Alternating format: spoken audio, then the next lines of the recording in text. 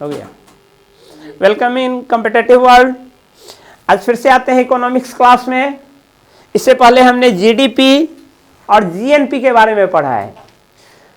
तो हमने इससे पहले भी कहा था कि राष्ट्रीय आय के आकलन का सबसे बेहतर तरीका, वैसे तो दो ही तरीका कहा जाता है, जीडीपी और जीएनपी। पहले तो नेशनल प्रोडक्ट और डोमेस्टिक प्रोडक्ट, पहले तो यही तो तरीका है, लेकिन उससे जुड़े हुए बहुत सारे आयाम भी उससे जुड़ गए हैं, जैसे जिसमें जीडीपी और जीएनपी उसका उसी से जुड़े आयाम हैं। जीडीपी को हमने पढ़ा कि एक आर्थिक सीमा के अंतर्गत एक वर्ष के दौरान उत्पादित सभी अंतिम वस्तुओं, चाहे वह वहाँ के निवासियों द्वारा हो या गैर निवासियों द्वारा हो, उससे प्लस सेवाओं के मूल्य को क्या कहते हैं, ग्रॉस डोमेस्टिक प्रोडक्ट कहते हैं। उसी तरह हमने जीएनपी के बारे में पढ़ा कि किसी आर्थिक सीमा के अंतर्गत एक वर्ष के दौरान निवासियों द्वारा उत्पादित अंतिम वस्तुओं प्लस विदेशों में निवासियों द्वारा उत्पादित अंतिम वस्तुओं एवं सेवाओं के मूल्य को ग्रॉस नेशनल प्रोडक्ट कहते हैं। अब हम आते हैं, इससे पहले कि हम आए एनएनपी और जीएनपी पर, सॉरी एनएनपी और एनडीपी पर, उससे पहले हम जानते हैं कि एन क्या, यहाँ एन किसके लिए लगा है, या निवल जिसको कहते हैं, नेट जिसको कहते हैं, नेट क्या होता है। तो हम देखेंगे, नेट जानने से पहले आपको जानना होगा डेप्रिसिएशन। आज जानते हैं डेप्रिसिएशन या मूल्यह्रास।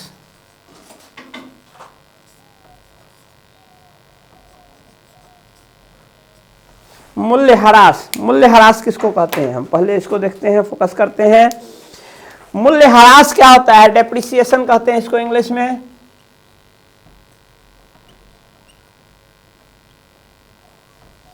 डेप्रिसिएशन कहते हैं, जैसे हम बिजनेस में क्या करते हैं, कुछ फिक्स असेट्स लगाते हैं। फिक्स असेट्स कहते हैं अचल संपत्ति। संपत्ति जो होती है वो दो तरह से उसका वर्गीकरण किया जाता है, चल संपत्ति, अचल संपत्ति। चल संपत्ति वैसी संपत्ति को कहते हैं जिसको हम एक जगह से दूसरे जगह मूव कर सकते हैं। करेंसी है, करेंसी को आप ले जा सकते हैं, कहीं से कहीं ले जा सकते हैं। डिजिटल करेंसी है, कहीं से कहीं जा सकता है।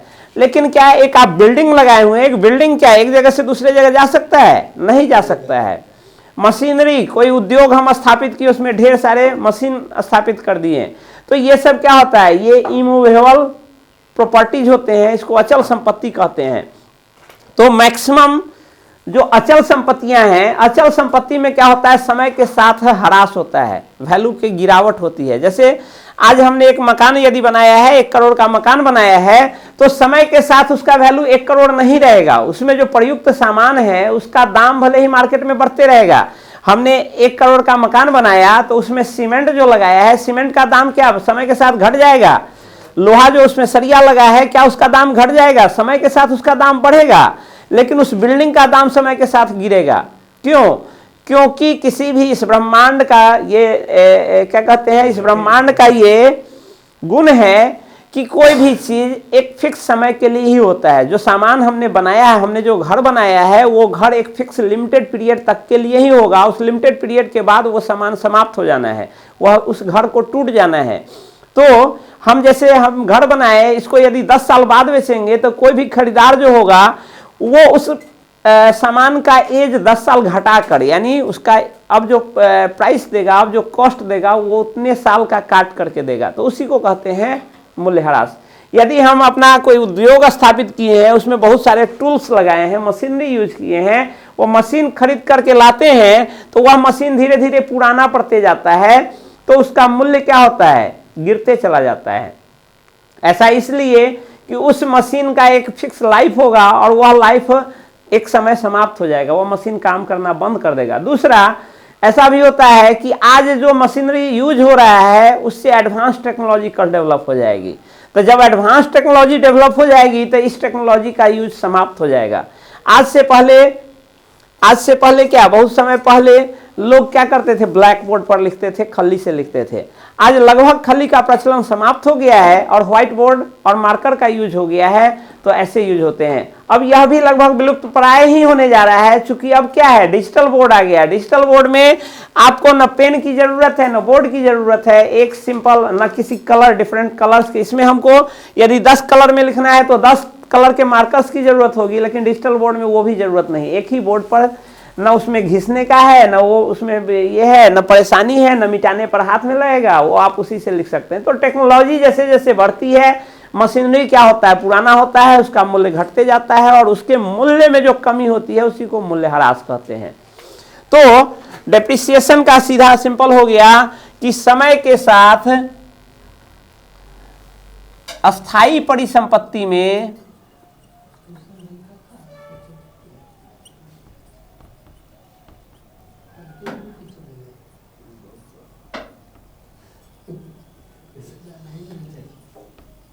समय के साथ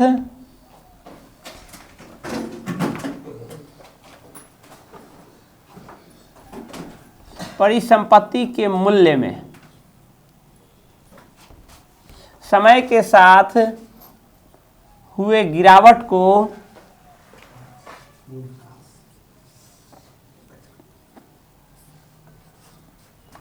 मूल्यह्रास कहा जाता है।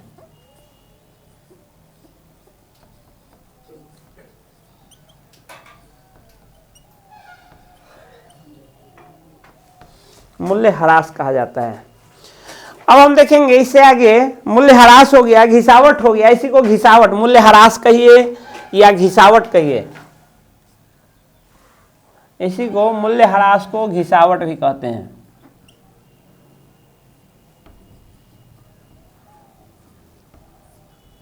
घिसावट भी इसी मूल्यह्रास को कहा जाता है। अब हम देखते हैं, अभी तक हमने जो देखा है, जो भी पढ़ा है, जीडीपी या जीएनपी पढ़ा है, जीडीपी या जीएनपी पढ़ा है।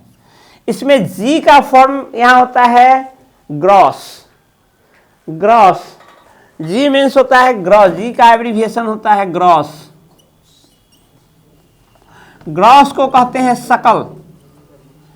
सकल का मतलब है उसमें सारा चीज शामिल है। ग्रॉस मतलब होता है सबका एग्रीगेट, सब उसमें जुड़ा हुआ है। अब उसमें से हम निकालते हैं निवल या नेट, इसमें से हम निकालते हैं नेट। अब जो हम पढ़ेंगे मूल्यह्रास के संदर्भ में पढ़ेंगे तो इसमें से निकलेगा नेट। नेट क्या होता है, नेट बराबर होता है ग्रॉस और माइनस आपका डेप्रिसिएशन।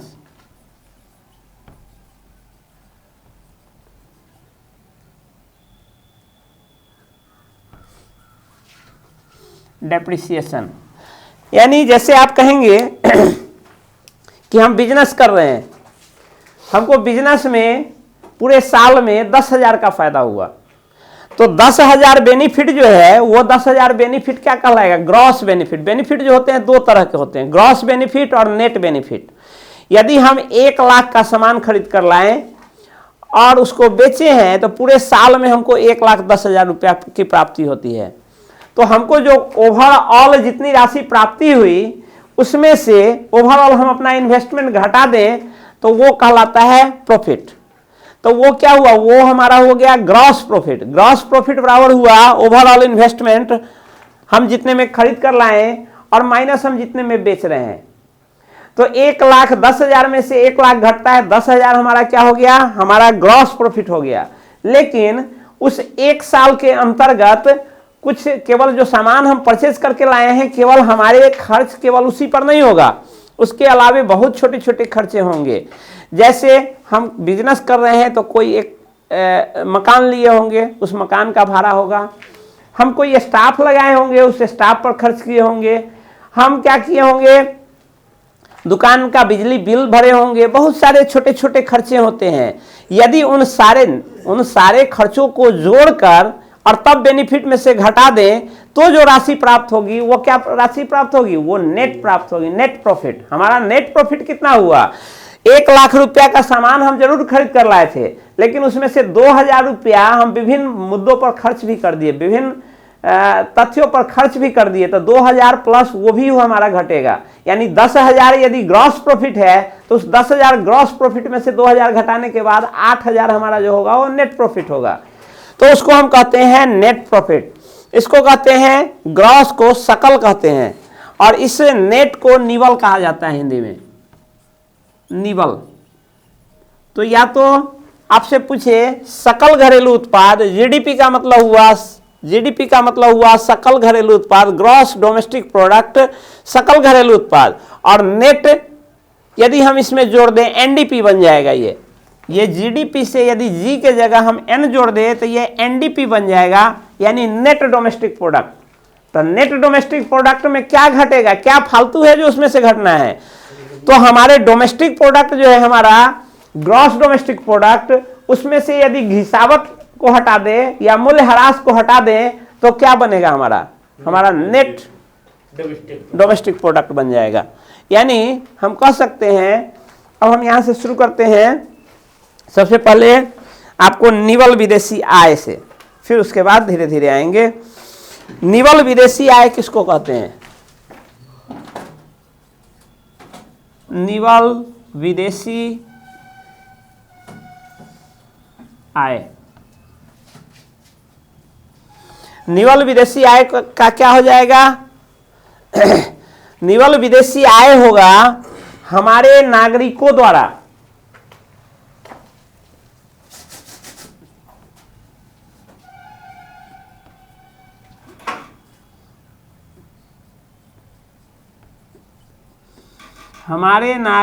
द्वारा विदेशों में अर्जित आय,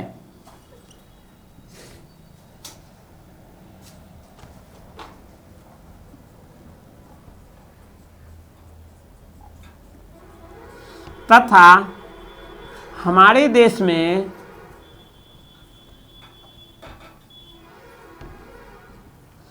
विदेशियों द्वारा अर्जित आय।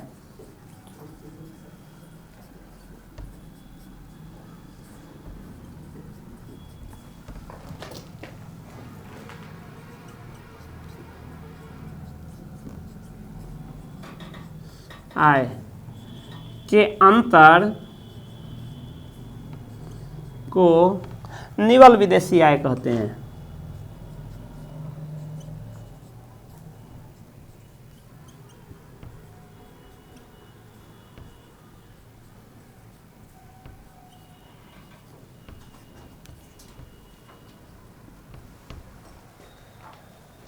मतलब सीधा सीधा है कि हमारा नागरिक, मेरे देश का नागरिक जितने विदेशों में कमाता है और उसमें से विदेशी नागरिक हमारे यहाँ जितना कमा लेता है, उसको यदि माइनस कर देंगे तो हमारा क्या निकलेगा? निवल विदेशी आय। या इस आधार पर हम कह सकते हैं निवल विदेशी आय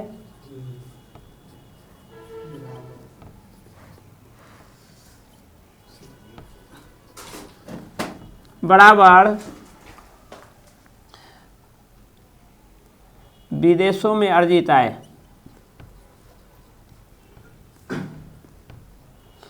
से प्राप्त आय और माइनस देश में विदेशियों द्वारा अर्जित आय।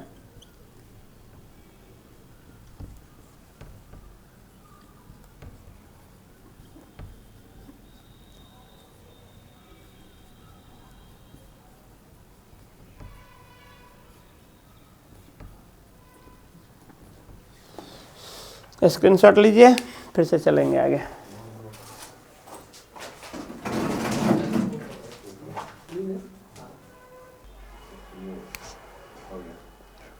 इसको हम देखते हैं, यदि जीडीपी के आधार पर हम ये निकालेंगे तो ये जो हो जाता है, इसको हम कहते हैं नेट फॉरेन इनकम।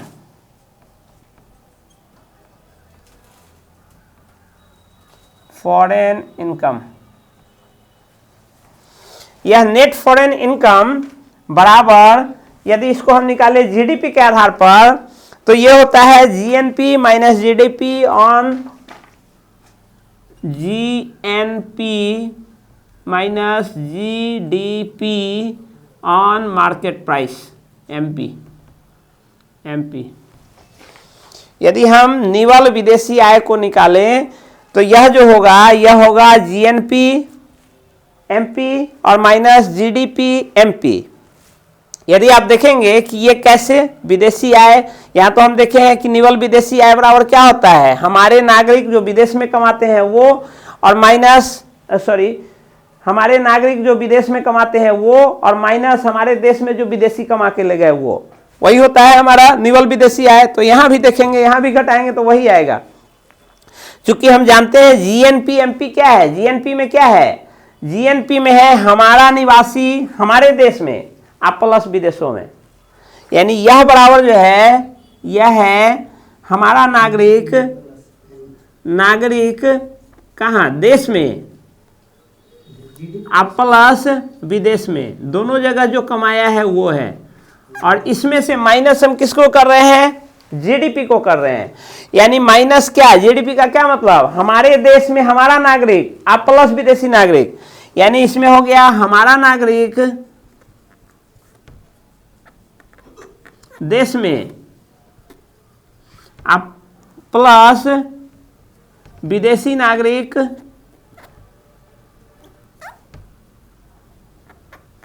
देश में, यही हुआ। यदि हम ब्रैकेट जैसे ही हटाएंगे, ये तो पूरा का पूरा ओवरऑल जब जुड़ करके जीडीपी है, ब्रैकेट हटाएंगे यदि यहाँ से तो ये विदेशी नागरिक का आय भी क्या हो जाएगा, घट जाएगा, ये प्लस माइनस में बदल जाएगा। अब देखिए हमारा नागरिक देश में और हमारा नागरिक देश में, इसमें से ये घट गया तो क्या बचा, विदेश में जो हमारा नागरिक कमाया वो, ये क्या है, ये जीएनपी में विदेश में हमारा नागरिक था, विदेश में हमारा नागरिक था और उसमें से माइनस विदेशी नागरिक हमारे देश में है। तो यही न था विदेशों से प्राप्त आय, यानी विदेश में हमारा नागरिक जो प्राप्त कर रहा है और माइनस हमारे देश में जो विदेशी ये अर्जित कर रहे हैं, यानी वहीं पर ये पहुंच गया। तो इस आधार पर ये भी याद रखेंगे निवल विदेशी आय बराबर क्या होगा, जीएनपी एमपी और माइनस जीडीपी एनपी, ये भी आप याद रखेंगे। GNP MP minus GDP MP बराबर क्या होगा, निवल विदेशी आय या नेट फॉरेन इनकम। मिटाते हैं।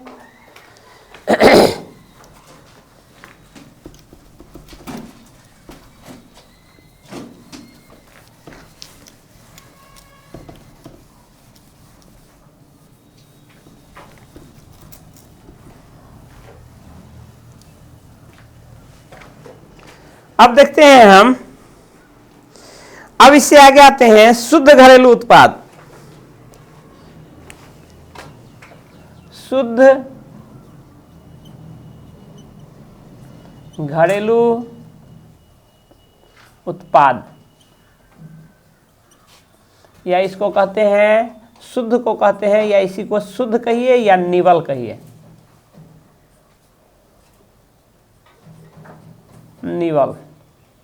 निवल घरेलू उत्पाद कहिए या शुद्ध घरेलू उत्पाद कहिए या नेट डोमेस्टिक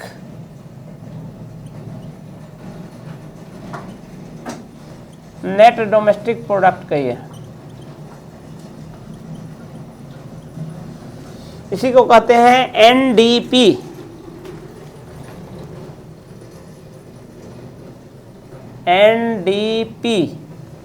जैसा सिंपल, जैसे हमने इससे पहले पढ़ा था जीडीपी, तो ये क्या है एनडीपी। जीडीपी में क्या था, ग्रॉस डोमेस्टिक प्रोडक्ट, और एनडीपी में क्या है, नेट डोमेस्टिक प्रोडक्ट। यानी क्या हट गया, इससे पहले हमने डेप्रिसिएशन पढ़ाया है। डेप्रिसिएशन क्या है, डेप्रिसिएशन है फिक्स एसेट्स में से उसके मूल्यों में जितनी है गिरावट होती है, जो ह्रास होता है, उसी को कहते हैं घिसावट या ह्रास। तो हम शुद्ध घरेलू उत्पाद में जितनी लागत जो फिक्स एसेट्स लगा है, उस फिक्स एसेट्स की वैल्यू को घटा देंगे तो हमारा क्या प्राप्त हो जाएगा, एनडीपी प्राप्त हो जाएगा, नेट डोमेस्टिक प्रोडक्ट प्राप्त हो जाएगा। यानी किसी अर्थव्यवस्था में जीडीपी में एक साल में जो मूल्य कटौती होती है उसको यदि हम घटा लें, मूल्य कटौती को घटा लें, तो वो हमारा क्या हो जाएगा, वो शुद्ध घरेलू उत्पाद निकल जाएगा। यानी किसी अर्थव्यवस्था में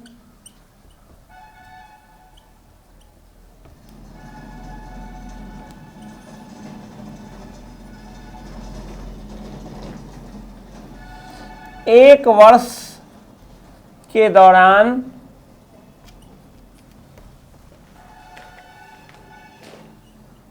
जीडीपी के मूल्य में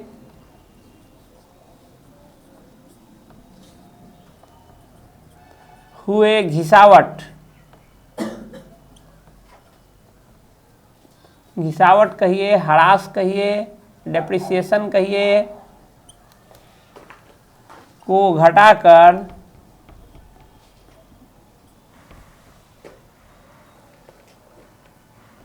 शुद्ध घरेलू उत्पाद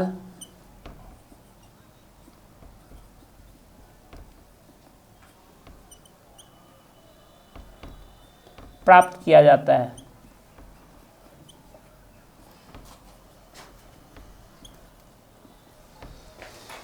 यदि हम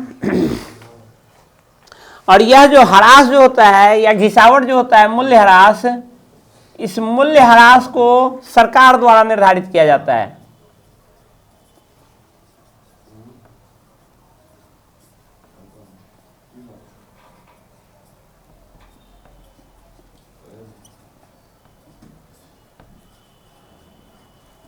सरकार द्वारा निर्धारित किया जाता है।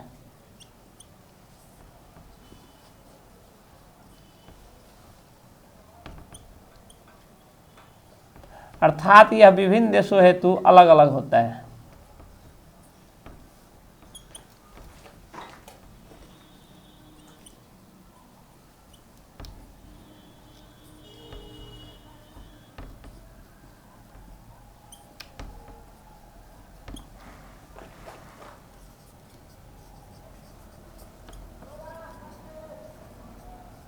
अलग अलग निर्धारित होता है।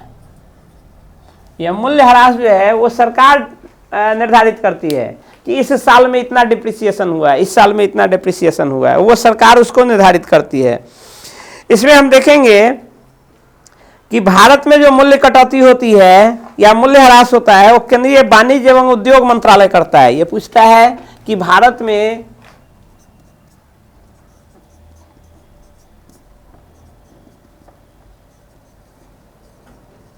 मूल्य ह्रास केंद्रीय वाणिज्य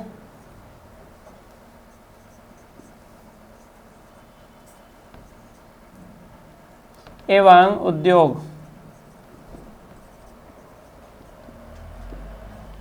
मंत्रालय करता है। भारत में जो मूल्य ह्रास है उसका निर्धारण मूल्य ह्रास का निर्धारण कर दीजिए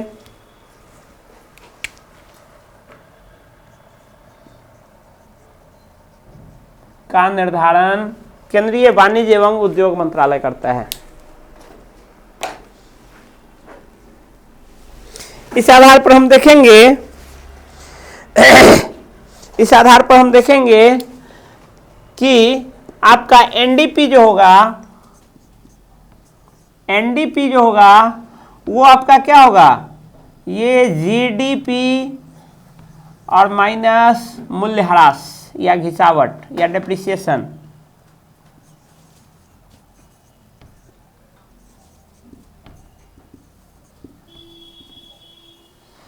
यानी एनडीपी जो होता है जीडीपी में से मूल्य ह्रास को घटा देंगे तो हमारा एनडीपी निकल जाएगा, नेट डोमेस्टिक प्रोडक्ट निकल जाएगा, या शुद्ध घरेलू उत्पाद कहिए, निवल घरेलू उत्पाद कहिए, जो भी कहिए, वो जो है जीडीपी में से डेप्रिसिएशन या मूल्य ह्रास को घटा देंगे तो हमारा वो निकल जाएगा।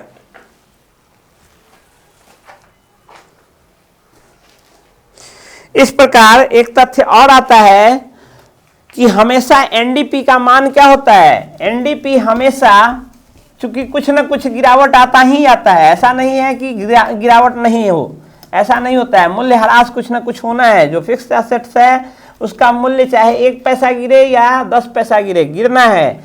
इस आधार पर हम कह सकते हैं कि एनडीपी हमेशा, NDP must lesser than GDP. GDP से हर हाल में एनडीपी क्या होगा, छोटा ही होगा, क्योंकि उसमें कुछ ना कुछ डेप्रिसिएशन होगा ही होगा। और इस आधार पर जीडीपी में से कुछ भी घटाएंगे तो एनडीपी निकलेगा, जो हमेशा जीडीपी से क्या होगा, छोटा होगा, हमेशा वो छोटा होगा। नेक्स्ट आते हैं शुद्ध राष्ट्रीय आय। शुद्ध राष्ट्रीय आय क्या होता है, शुद्ध राष्ट्रीय आय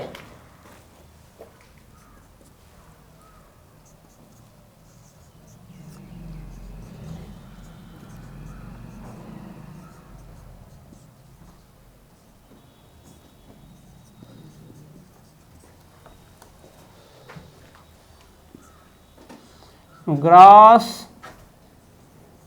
नेशनल इनकम।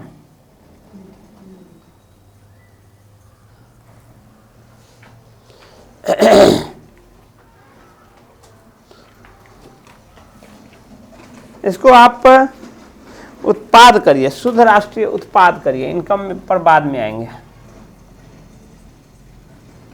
उत्पाद करिए, प्रोडक्ट।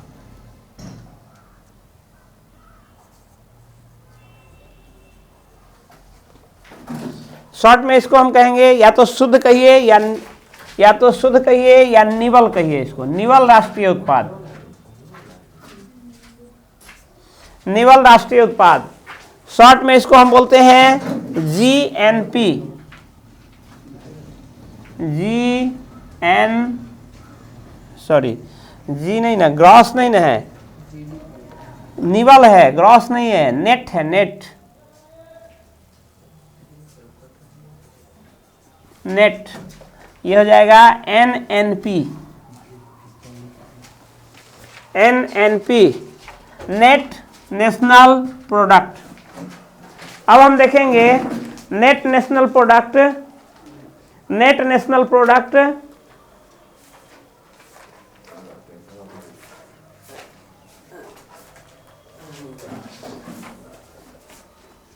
देखते हैं। नेट नेशनल प्रोडक्ट जो होगा, सकल राष्ट्रीय उत्पाद में से मूल्य कटौती घटाने पर, सकल राष्ट्रीय उत्पाद में से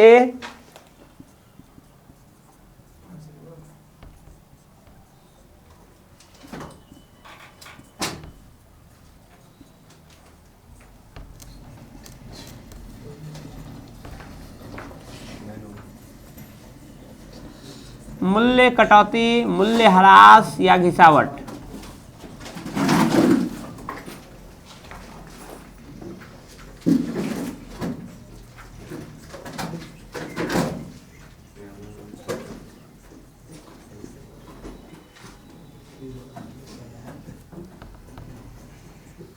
घिसावट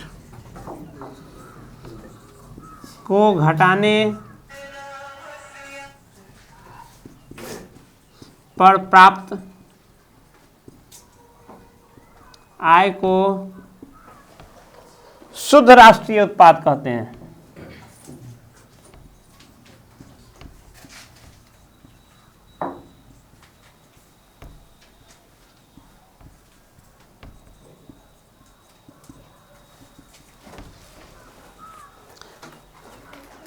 सकल राष्ट्रीय उत्पाद यानी क्या हो गया, ग्रॉस नेशनल प्रोडक्ट, यानी जीएनपी। जीएनपी में से यदि हम, यानी इसको यदि हम फॉर्मूला के रूप में लिखें, एनएनपी, एनएनपी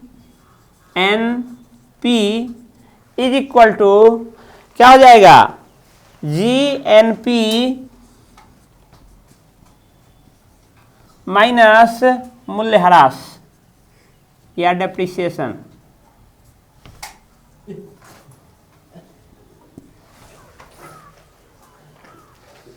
इसमें से इसको माइनस कर देंगे, इसमें से इसको माइनस यदि हम कर देते हैं तो हमारा क्या निकल जाता है, नेट नेशनल प्रोडक्ट निकल जाता है।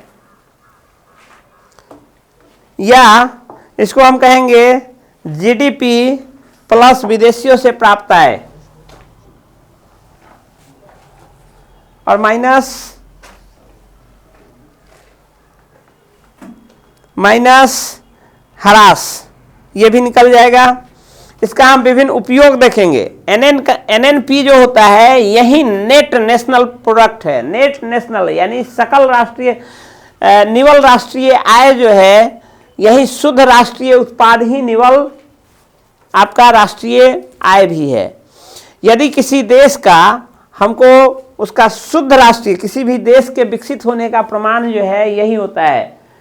ये एनएनपी जो है यही सबसे उपयुक्त माध्यम है उस देश के अर्थव्यवस्था के विकसित होने को मापने का आधार। इसका स्क्रीनशॉट लीजिए, फिर आगे आते हैं।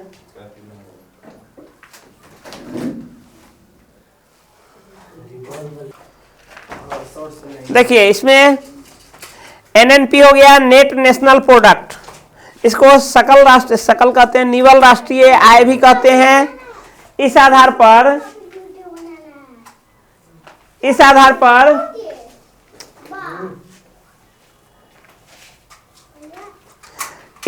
पर एनएनपी का प्रयोग देखेंगे कि किसी भी राज्य का, किसी भी देश का यदि शुद्ध राष्ट्रीय आय निकालना हो या प्रति व्यक्ति आय निकालना हो तो यह उसका सबसे अच्छा तरीका है ज्ञात करने का। एनएनपी यदि प्रति व्यक्ति आय निकालना हो, प्रति व्यक्ति आय निकालना हो तो प्रति व्यक्ति आय बराबर सिंपल होता है एनएनपी एंड बाय पॉपुलेशन।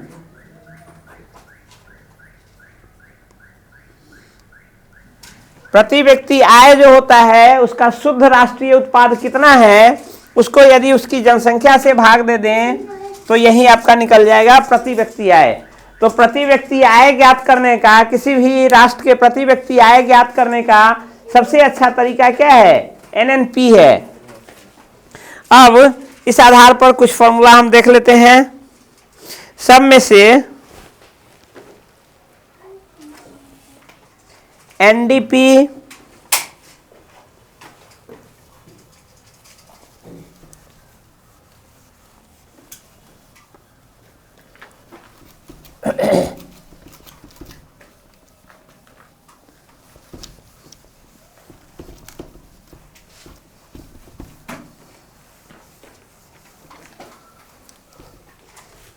हम देखते हैं कुछ फॉर्मूला।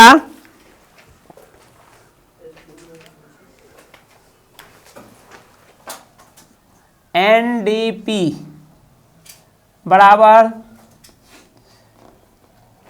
एनडीपी यदि हम निकाले फैक्टर कॉस्ट पर तो ये हो जाएगा factor cost per GDP factor cost और माइनस ह्रास। दूसरा, यदि हम एनडीपी निकालें आपके मार्केट प्राइस पर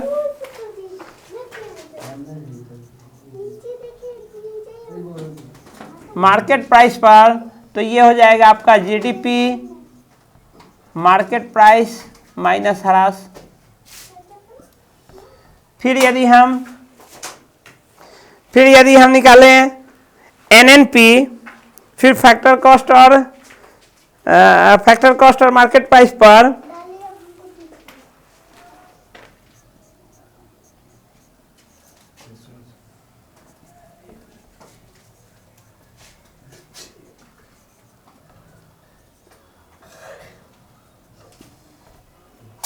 ये फैक्टर कॉस्ट है, और यदि मार्केट प्राइस पर निकाले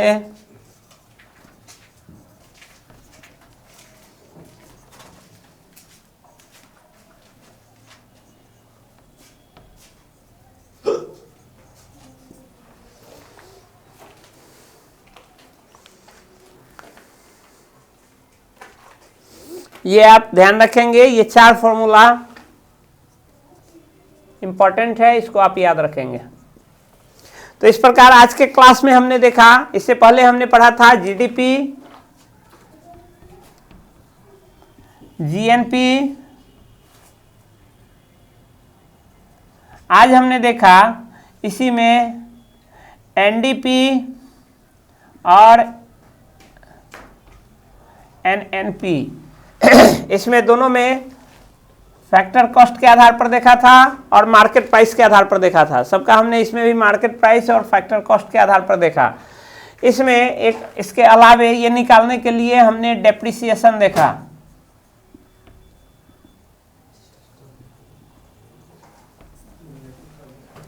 तो यह जो 3-4 टॉपिक है ये काफ़ी इम्पोर्टेंट है कॉम्पिटिटिव एग्जाम की दृष्टि से। हम चाहेंगे कि इनका लाभ आप लें, इस वीडियो को देखें, एक से अधिक बार देखें, और यदि आप चैनल पर नए हैं तो चैनल को सब्सक्राइब करें ताकि नया जो फिर फर्दर क्लास हो आपके पास पहुंच सके। तब तक के लिए फिर आएंगे नेक्स्ट वीडियो में दूसरे टॉपिक के साथ। तब तक के लिए धन्यवाद।